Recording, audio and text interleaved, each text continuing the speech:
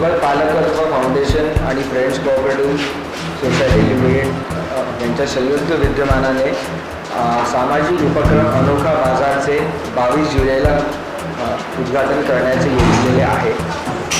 घरातील वापरण्यायोग्य परंतु अतिरिक्त असलेल्या वस्तूंना गरजूंपर्यंत पोहोचवण्याचा हा अभिनव प्रयत्न आहे. याची संकल्पना श्री सिद्धिविनायक सेवा ट्रस्टचे अध्यक्ष श्री संदीपजी जोशी यांची आहे. या निमित्ताने आयोजित उद्घाटन सोहळ्यास तसेच उपक्रमात सहभागी होण्यासाठी आपल्या कुटुंबीय मित्रपरिवार व शेजाऱ्यांसह मोठ्या संख्येने उपस्थित राहून या माणुसकीच्या उत्सवात आपण सर्वांनी सहभागी व्हावे असे आवाहन मी इथे करतो. तर आता मी आपल्याला अनोखा बाजारची संकल्पना समजावून सांगतो.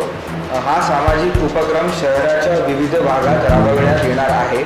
दर महिन्याच्या शेवटच्या रविवारी सायंकाळी 5 ते 9 या वेळेत हा अनोखा बाजार भरणार आहे. ज्यांना अनोखा बाजारमधील वस्तू न्यायच्या आहेत त्यांना सुरुवातीला नाममात्र 100 रुपयाचे सेवा शुल्क देऊन फॉर्म भरावा लागेल. त्यानंतर एका व्यक्तीला एका वेळी केवळ 2 वेगळ्या वस्तू अगदी निःशुल्क घरी घेऊन जाऊन नेता येतील.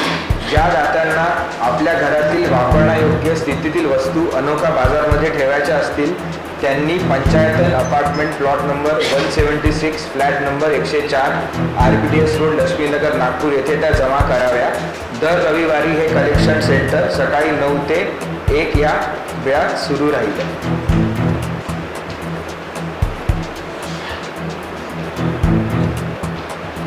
आपले काही प्रश्न असतील तर विचारू शकता. अनोखा बाजार में जो अपने घर में काम की चीज़ें हैं जिसे हम लोग इस्तेमाल कर नहीं सकते पर वो सिर्फ पड़ी है. अब जो मेरे लिए कुछ इस्तेमाल की या उपयोगी की नहीं है हो सकता है जो सामने वाला इंसान है उसको इसकी ज़रूरत है. ऐसी अपने हर घर में ऐसी चीज़ें रहेगी. घड़ी है, किताबें अच्छी अपने बच्चों के खिलौने हैं जिसकी उपयोगिता हमें नहीं है पर समाज में ऐसे कितने लोग हैं जो उन चीज़ों के लिए तरसते हैं. और वैसे पसायदान में जो लिखा है जोजे वांछिले तोते लाहो, आपके पास जितना अधिक है वो आप लोगों को दीजिए, खुले हाथों से दीजिए, वो डबल होकर आपके पास आने वाला है रिटर्न. यही संदीप जी की संकल्पना है और यही सब करने के लिए मैं और मेरे सहयोगी इस काम के लिए जुटे हैं. हाँ, ये अनोखा बाजार का जो पहला ये है जो बाजार लगने वाला है वो 22 जुलाई को तात्या टोपे सभागृह प्रतापनगर में भरने वाला है. उसके बाद हर महीने के आखिरी संडे को ये अलग अलग जगहों पे इसका आयोजन होने वाला है. नागरिकांना काही आव्हान केले का तुम्ही की नेमकं अशा पद्धतीने? येस आव्हान केलं आहे. आम्हाला प्रतिसाद पण उत्तम मिळतो आहे. म्हणजे जरी आम्ही रविवारची वेळ ठेवली आहे एकच दिवस एका वीकमध्ये तरी पण आम्हाला उत्तम प्रतिसाद मिळतो आहे नागरिकांचा. सॅग्रिगेट काही केलं आहे? सॅग्रिगेट येस आम्ही प्रॉब्लेम कसं होतं कोणी काही आणून देतात. नाही पण एक तुम्हाला याचीच गंमत मला सांगायची आहे की लोकांमध्ये या बाबतीत अवेअरनेस एवढा वाढलेला आहे की लोकांनी आपल्या घरातले कपडे इस्त्री करून आणलेले आहेत. म्हणजे अगदी ब्लूटूथ स्पीकर पासून विंटेज वॉचेस हे पण लोकांनी दिलेले आहेत. आपला पहिला प्रयोग आहे. येस हा आमचा पहिलाच आहे. ते आता देवेंद्रजींचा वाढदिवस 22 जुलैला तर त्याचं औचित्य साधून आम्ही हे पहिलं फ्ली मार्केट भरवतो आहे. त्याला तुम्ही डिस्ट्रीब्यूट कशी करणार? म्हणजे डिस्ट्रीब्यूट नाही, याचं कसं राहिलं आपल्याला 100 रुपये देऊन सेवा शुल्क भरायचं आहे आणि याची व्हॅलिडिटी पुढचे 6 बाजार जे भरतील आहे त्याची राहणार आहे. समजा मी रजिस्ट्रेशन केलं आणि मला ती वस्तू नाही आवडली तर हे पैसे रिफंड नाही होणार आहे पण ते तुम्ही पुढच्या 6 बाजारमध्ये वापरू शकता. आणि याचं जे आम्हाला जे 100 रुपये कलेक्शन फी आम्ही सेवा शुल्क म्हणून केली आहे तर संदीपजींनी जे सोबत प्रकल्प जो राबवला आहे की तो अजूनही कोविडमध्ये ज्यांनी आपली कुटुंब आपला आधार गमावला आहे तर आम्ही हे पैसे त्यांच्या सत्तर आम्ही लावणार आहे. 100 रुपये तिकडे QR कोड राहील आहे किंवा तिथला फॉर्म भरून तुम्हाला त्याची पावती शुल्क मिळणार. On the spot yes on the spot है. रजिस्ट्रेशन ऑन द स्पॉट रहने वाला है और first come first serve basis. आपण जर आपले नातेवाईक असतील अमेरिकेत तर तिकडे बॅकयार्ड सेल हा एक कन्सेप्ट आहे. त्या लोकांना अजून जे आपले रिसोर्सेस आहेत त्याच्याबद्दलची जाणीव आहे. आपल्याकडे पण जर तुम्ही बघितलं आपल्या आई वडिलांना विचारलं तर जेव्हा एका कुटुंबात 4 भाऊ होते तर तेव्हा पहिला भाऊ बाहेर मिळाला की तो त्याची चप्पल वापरायचा, मग तिसरा मग चौथा. तर तरी पण त्यांच्या लाईफमध्ये डिसिप्लिन होती. म्हणजे असं नव्हतं की आज लोकांकडे एकाचकडे 5 चपला आहेत पण तरी पण माणूस वेळेवर पोहोचू नाही शकत. पण तेव्हा सगळं आपल्याकडे रिसोर्सेस आहे त्याची उत्तम जाण लोकांना होती आणि त्यातनं हे सगळं प्लॅनिंग व्हायचं. त्यातनं अशी संकल्पना संदीपजींच्या अशी डोक्यात आली की आपल्याकडे इतकं सगळं भरभरून आहे, आपण ते साठवून ठेवतो, अळगळीच ठेवतो.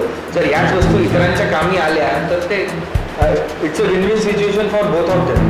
म्हणजे आय एम द गिव्हर आणि समोरचा रिसिव्हर आहे, तर in this situation both are winners. म्हणजे बार्टर एक्सचेंजमध्ये काय होतं, आपण आपल्या जर जी वस्तू देतो समोरच्याकडनं ती घेतो, पण याच्यामध्ये आपण आपली वस्तू समोरच्याला देऊन त्याच्याकडनं आपण आनंद घेतोय.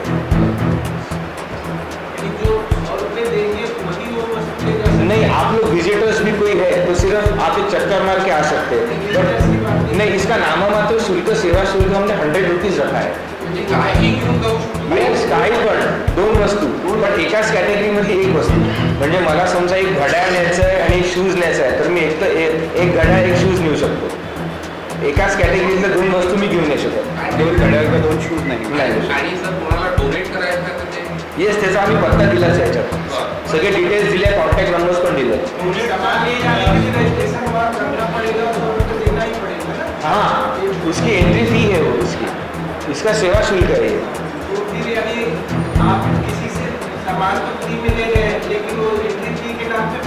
नहीं, पैसे नहीं ले रहे, वो सेवा शुल्क है, उसकी रजिस्ट्रेशन फी है वो.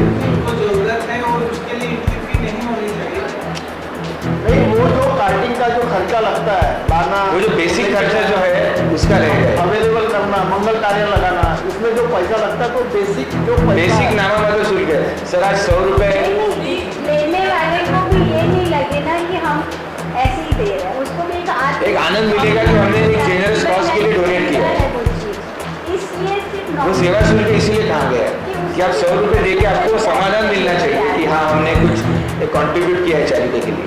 अशी अपेक्षित आहे तुम्हाला नेमकं या ह्याच्यामध्ये? ते तो वेळेवरच कळेल सर, आता रिस्पॉन्स कसा मिळतो. तरी अंदाजे काय? एक 100-200 लोक तर अपेक्षित आहेत आणि जास्त पण येऊ शकतात. पण याचा मेन कन्सेप्ट हाच आहे आमचा की लोकांना चांगल्या वस्तू वापरण्याची सवय व्हायला पाहिजे. म्हणजे असं नको की माझं मोबाईल कवर असं थोडासा स्क्रॅच पडलाय तर मी ते फेकून दिलं, असं नको. ती वस्तू आपण जपून ठेवली तर ती समोरचा पण वापरू शकतो.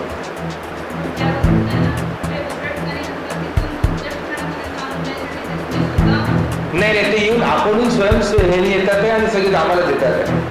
सुरू झालं आहे का ते? सुरू झालेलं आहे. बऱ्याचशा वस्तू आलेल्या आहे, डायनिंग टेबल, डायनिंग टेबल तिथे ॲड्रेस दिला बघा, लॅपटॉप, हे बऱ्याचशा पंचायतन अपार्टमेंट्स RPTS रोड. म्हणजे लोकांनी पलंग पण दिले, बंगई दिले, सगळं दिलंय.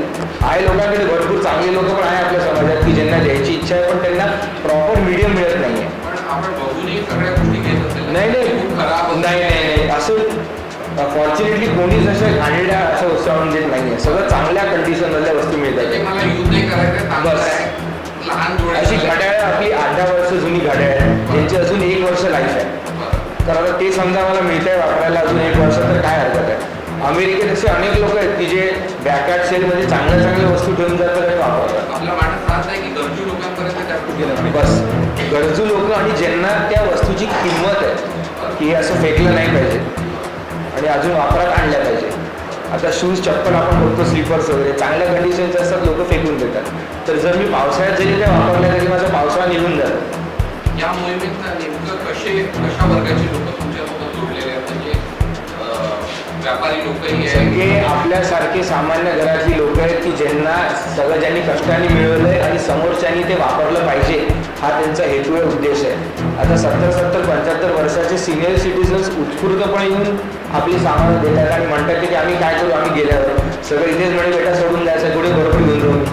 तर असे चांगले लोक आहेत की जे आम्हाला उत्स्फूर्तपणे मदत करतात आहे. आणि सरप्रायझिंगली की आपण असं म्हणतो की 50 झाली, 55 झाली की लोकांचं काही एवढ्या अशा गोष्टींमध्ये इंटरेस्ट राहत नाही, पण असे अवेअरनेस आम्हाला लोकांमध्ये जास्त मिळतोय.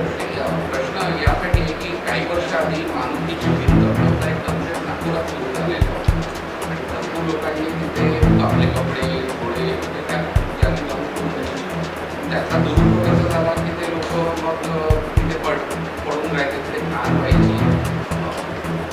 नाही, पण तुम्ही एकदम हा जेन्युइन प्रश्न विचारलाय. आपण जर माझे सहकारी बघितले तर आम्ही याची पूर्णपणे दक्षता घेतोय की आपल्याकडे ज्या पण वस्तू येतील त्या योग्य व्यक्तीपर्यंत एंड टू एंड पोहोचल्याच पाहिजे.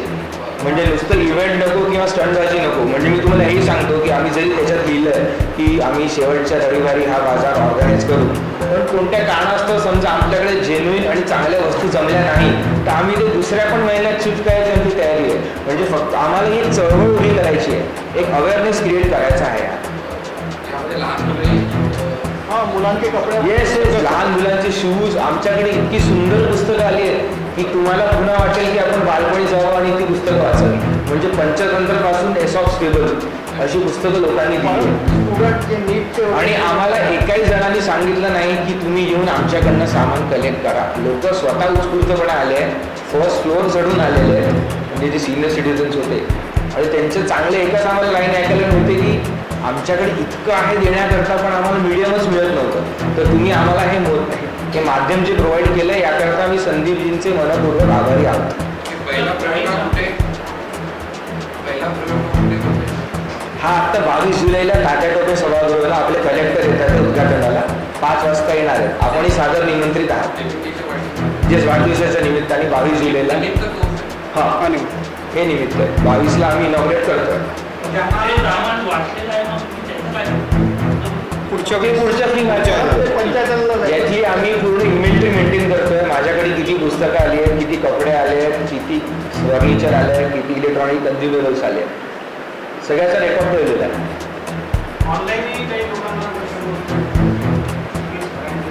तर तिकडे QR कोड असेल सर, तर तुम्हाला पावती मिळेल. हे त्यांनी फिजिकली तिथे यावं हा फिजिकली यावा हा उद्देश आहे. तुम्ही बघावं ते बाजार कसा आहे, कसा ऑपरेट होत आहे, आमच्याशी संवाद साधावा, आम्ही त्यांना पूर्ण माहिती देऊ. कारण की आम्हाला ही चळवळ उभी करायची आहे